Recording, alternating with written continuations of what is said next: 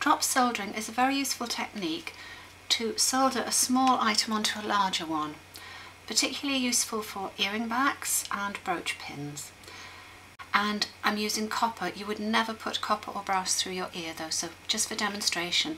I like to work in copper for demonstrations because you can see the silver solder against it much easier.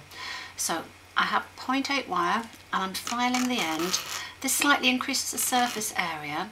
It also cleans any grease off it. By enlarging the surface area, we're allowing greater area for the solder to run onto. So I'm going to put this into my reverse action tweezers. I've got a pair of reverse action tweezers spare, and this is in case the solder runs where I don't want it to go. I can just nudge it back into position.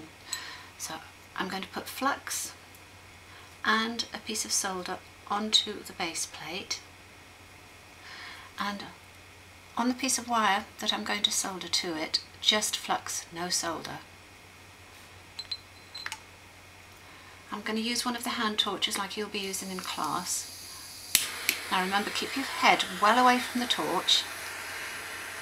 So the heat goes onto the back plate, and just pull it away if that flux starts to bubble up the solder till it settles down.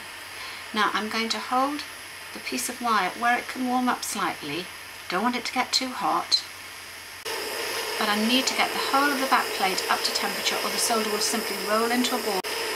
Now there we go, so the solder's running. Hold and draw it up like that. I'm going to demonstrate it one more time.